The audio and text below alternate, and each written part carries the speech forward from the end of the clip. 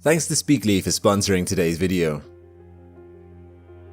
It's one of life's little ironies that it is not new, cutting-edge technology that is advancing our understanding most at the edge of our solar system, but an old machine. It has an onboard computer with less memory than the one inside your car's key fob. To this day, it is still using 8-track magnetic tape from the 1970s, which makes it older than many of you sitting here watching this. Such is the conundrum of deep space exploration, where vast distances and extremely long travel times can mean that technology is antiquated by the time it has reached the most ambitious targets. But it's true, that record-setting spacecraft is, of course, the nearly 45-year-old Voyager 1 probe. Along with its twin, Voyager 2, it became the first human-made object to reach interstellar space. It takes over 21 hours for NASA to send and receive radio signals with Voyager 1, covering a distance of 23 billion kilometers, versus about 20 minutes to send a radio signal to Mars. And while it's astonishing to think that we can still communicate with a 3.7 meter antenna over such an immense distance, it's even more incredible when you consider that the probes are relying on technology that would look more at home in a museum than NASA's Jet Propulsion Laboratory. For such technology to have done so well, lasting so long, it must have been special. So, what secrets lie inside? How were Voyager's engineers able to build spacecraft capable of operating continuously for such a long time, beating all records? I'm Alex McColgan, and you're watching Astrum. Join me today as we explore the technology of the Voyager probes and learn how a series of shrewd engineering choices paved the way for the most ambitious and stunningly successful mission in the history of space exploration. Although Voyagers 1 and 2 were initially built for a 5-year mission to explore Jupiter and Saturn and their larger moons, their team of forward-thinking scientists and engineers made a number of design choices that enabled the probes to hold up over a much longer journey. To recap, after completing all of its initial objectives on Jupiter and Saturn, the Voyager mission team added flybys of Uranus and Neptune. Once these too were completed, NASA announced the start of the even more ambitious Voyager interstellar mission, with the purpose of exploring the outer limits of the Sun's sphere of influence and beyond. This final journey would take both probes off the ecliptic to unexplored parts of the solar system, such as the termination shock and the denser and hotter heliosheath, before finally crossing the heliopause into interstellar space. Let's start with one of the most consequential decisions, the fuel source. Each probe is equipped with a long-lasting radioisotope thermoelectric generator, which converts heat from the decaying plutonium-238 isotope into electric power. These generators were capable of producing 157 watts of electrical power upon takeoff, about enough to power a laptop and maybe charge a mobile phone too. This might not sound like much, but was more than Voyager needed. While a radioisotope generator meant that power production was in constant decline, it would half in strength every 87.7 years, it would still be enough power to keep the essentials on the probes running until at least 2025. This long-term fuel capacity was no accident. You see, when the Voyagers launched in 1977, NASA faced a unique opportunity. The planets would soon be in a 1 in 176 year alignment that had last occurred during Napoleon's first reign. This rare alignment would not only allow the Voyagers to visit Neptune and Uranus with minimal course adjustment, but also give the probes a gravity assist from each of the 4 outer giants they visited, thereby increasing their effective velocity beyond what they could get from their own rocket propulsion. However, this narrow window gave NASA a strict deadline. There wasn't enough time to plan follow-up missions, and the United States Congress wouldn't earmark enough funding for a longer expedition, like the Grand Tour NASA first proposed. So, What did Voyager's team do? They devised a series of engineering feats to optimize the probes for a potentially longer mission and fervently hoped that the funding would follow. Each of the Voyager probes is equipped with 11 scientific instruments. Most of them have redundancies in case of machine failure, which can be toggled on and off to conserve power. To adjust course and orientation, the probes are equipped with gyroscopes for stabilization, referencing instruments, and 16 hydrazine thrusters, including 8 backups. Backups, and good backups at that, were key to the Voyager probe's longevity. They proved to be vital, as Voyager 2's main thrusters stopped working after 37 years. Its backup thrusters had to engage after 4 decades of idleness. And guess what?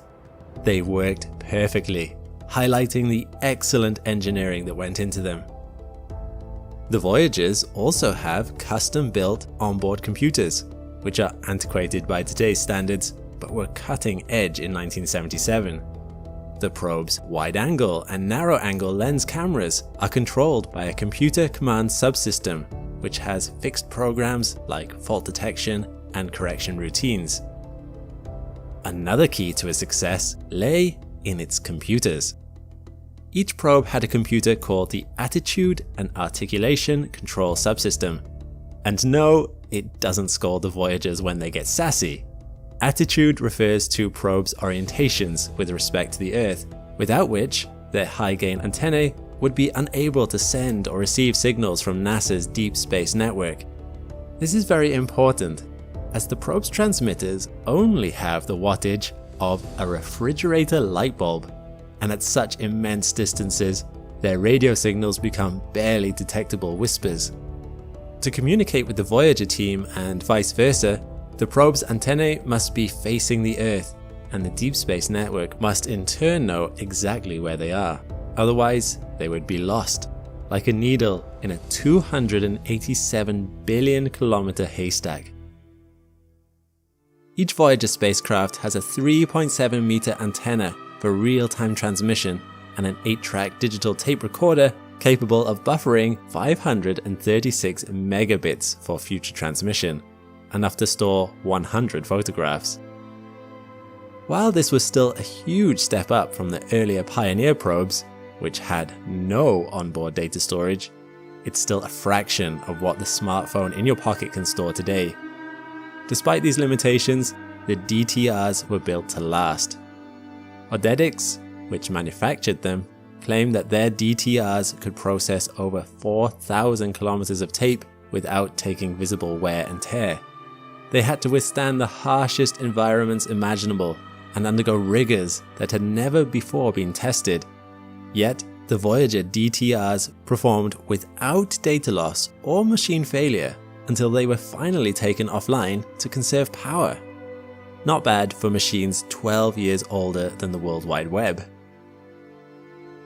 Durability was a chief concern during Voyager's planning. There are many unknowns in a mission of this magnitude. To get to Jupiter, both Voyagers would have to pass through the asteroid belt. Scientists once believed that this region would shred apart any spacecraft that tried to pass through it. However, Pioneers 10 and 11 had previously been able to pass through the asteroid belt, which emboldened Voyager's team to repeat the stunt. However, failure would have meant disaster before the probes had even reached their first target. Luckily, both probes made it through the asteroid belt unscathed, and we now know that it is mostly empty space thanks to them. Even with all these successes, and with the probes performing far better than their engineers could possibly have hoped for, as the two spacecraft traveled through the vastness between the planets, there was still at least one more hurdle to cross. What would happen to the probes in the extremely cold temperatures of interstellar space? NASA installed multiple heaters to keep the machinery operational. Nonetheless, as the probe's power waned, NASA had to turn off some of their heaters to conserve energy. When the cosmic ray detector's heater was turned off 2 years ago, its temperature plummeted by 70 degrees Celsius. Needless to say, sending a repair team 23 billion kilometers into space isn't an option. So, Everyone thought the instrument would break, but it continued to run smoothly. The fact that the probes have operated so well for 45 years is a testament to their resilience and engineering. But for any mission as long and ambitious, there are always things no one can predict. Not everything on the Voyager missions has worked perfectly. Voyager's team learned this recently when Voyager 1 started sending mysterious scrambled signals. I talk about this in more depth in another of my videos, which you should check out by the way. But at a June 2022 meeting of the National Academics of Science, Engineering and Medicine, NASA announced that Voyager 1's attitude, articulation and control system had been spitting back strange sequences, like rows of zeros that appeared to be nonsense. While the probe itself was operating normally, we knew its speed and distance, and it was still responding to and taking commands, its telemetry data was a complete scramble. In other words, Voyager 1 had no idea where it was. Sadly, this turned out to be a sign of a failing computer, and although scientists were able to find a workaround by moving over to a backup, there will come a day when there are no backups left. Still, we have a lot to be thankful for. Voyager 1 has traveled farther than any other human-made object, including its twin, Voyager 2. Its technology, although rudimentary by today's standards, has really shown what can be done with even simple tools. Its discoveries have been a monumental step forward in our understanding of our solar system. When we do inevitably say goodbye to this erstwhile friend and its twin, Voyager 2, it will be time to apply the engineering lessons of the past to try and recreate the magic with a successor.